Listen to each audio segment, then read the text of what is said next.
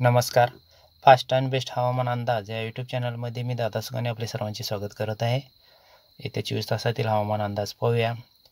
थंडीची लाट येण्याची शक्यता आहे आणि या भागातून म्हणजे आता पुढे सांगणार त्या भागातून थंडीची लाट यायची शक्यता वाटत आहे. आणि दुसरी गोष्ट म्हणजे आता सध्या परिस्थिती पाहायला गेलं तर दक्षिण टोकालाच मदुराई या भागात जी काही सिस्टीम तयार होते त्या साईडलाच थोडेसे पावसाचे ढग आहेत. आणि बेळगाव, हैदराबाद, विशाखापट्टणममध्ये एक उंचावरचे ढग तिथं येऊन पोचले होते.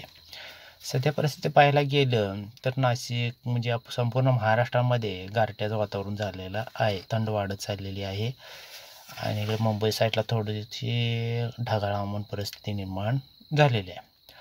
त्यामुळे असं काय बाबा सांगता येणार नाही की उष्णता वाढेल, पण पाऊस पण पडणार नाही आहे. कारण थंडीचं वातावरण झालेलं आहे. उंचावरचे ढग अकोला, नांदेड, चंद्रपूर, रायपूर, नागपूरच्या परिसरातून, गोंदियाच्या परिसरातून उंचावरचे ढग चक्राकार धारण केलेली जी सिस्टीम जी आहे इकडे दक्षिण साईडला ती श्रीलंकेच्या आसपास येऊन पोचली आहे आणि इकडे त्याचा प्रभाव भारताच्या पूर्व किनारपट्टीवरून जाणवत आहे. आणि इकडे वरच्या साईडला पाहायला गेलं म्हणजे महाराष्ट्राच्या ह्याच्यात संपूर्णतः वातावरण आता सध्याला शांत आहे आणि कोरडं पण आहे. त्यामुळे थंडसुद्धा आता जाणवायला सुरुवात झालेली आहे. इकडे सकाळी पहाटेच्या पाहायला गेलं किंवा दिवसाही वातावरण तसंच असणार आहे. उत्तरेकडूनच कोरडे वाऱ्याचा प्रभाव असणार आहे आणि दक्षिणेकडून पाहायला गेलं तर कर्नाटकच्या साईडला तेवढंच बाष्पयुक्त दक्षिण कर्नाटक साईडला बाष्पयुक्त वारे असणार आहेत. एकंदरीत कोरड्या हवामानामुळं थंड हे वाढणार आहे. जम्मू आणि काश्मीरमध्ये पाहायला गेलं तर -18 सेल्सिअस ते 27 सेल्सिअसपर्यंत डिग्री एवढं सेल्सिअस खाली म्हणजे तापमान उतरलेलं आहे. त्यामुळे तिकडून जे गारवा आलेला आहे ते सरळ आपल्या महाराष्ट्रापर्यंत कमी अधिक प्रमाणात पोचण्याची शक्यता आहे. दिल्लीला 0.5 म्हणजे 5 सेल्सिअस तापमान आहे. आणि जळगाव साईडला पाहायला गेलं तर 9 ते 12 सेल्सिअस किंवा उत्तर भागातून जळगाव, अकोला, नागपूर या भागातून पाहायला गेलं 9 ते 12 सेल्सिअस तापमान राहणार आहे. आणि इकडे सांगली, सातारा ह्या भागात बघायला गेलं तर 12-13 सेल्सिअस तापमान राहण्याची शक्यता आहे. पावसाचा अंदाज घ्यायला गेला तर इकडे ओंगोल, नेल्लोर, पदव्युत्तर म्हणजे भारताच्या दक्षिण पूर्व साईडलाच पावसाचे ढग म्हणजे पावसाची परिस्थिती निर्माण होणार आहे. इकडे मदनपल्ली, तिरुपती, वेल्लोर, चेन्नई ह्या भागातून सुद्धा पावसाची निर्मिती होऊन पाऊस पडणार आहे. अवकाळी पाऊस.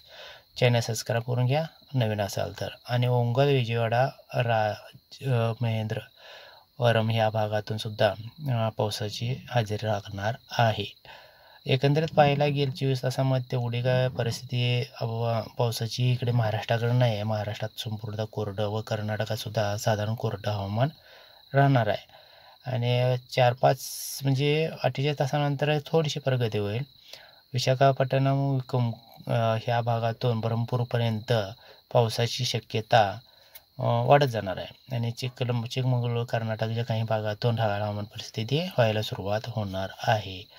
आणि इकडे महाराष्ट्रात त्यावेळी कोरडेच वातावरण राहणार आहे. महाराष्ट्रात पावसाची शक्यतो दिसत नाही आहे. वातावरण थंडीचंच राहणार आहे. कोरडं म्हणजे दिवसाचं 23-24 सेल्सिअस तापमान राहणार आहे आणि सांगली साईडला 26 सेल्सिअस तापमान राहणार म्हणजे दिवसाचं वातावरणसुद्धा साधारण थंडीचंच राहणार आहे. अकोला व जळगाव साईडला सुद्धा 23 सेल्सिअस तापमान दिवसाचं राहण्याची शक्यता वाटत आहे. म्हणजे दिवसाही थंड आणि रात्रीही थंड असा प्रकार होणार आहे. आणि 48 तासानंतर पावसाची थोडीशी प्रगती झालेली दिसून येते.